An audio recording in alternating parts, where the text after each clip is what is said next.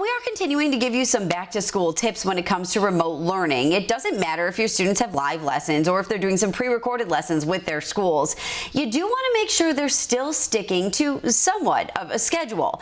It's part of that routine that we've been talking about so much. Even when they're home, kids need to make sure they're getting all of their lessons in.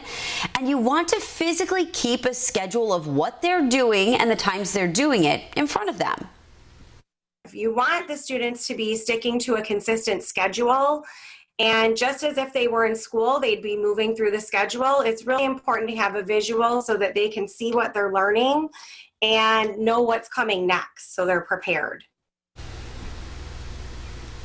Okay, so I wanted to show you an example of a schedule that you could use with your kids. So this is one Maryvale Schools created and shared with me. You can see each day is listed at the top, and then on the left-hand side, the times for each lesson with some built-in break times, which are so important. And coming up in our next half hour, we're going to take a closer look at those breaks and what kids should be doing for them and then how often they should be having them. You know, and it's really confusing because we're saying make sure kids stick to a schedule, but at the same time stay flexible.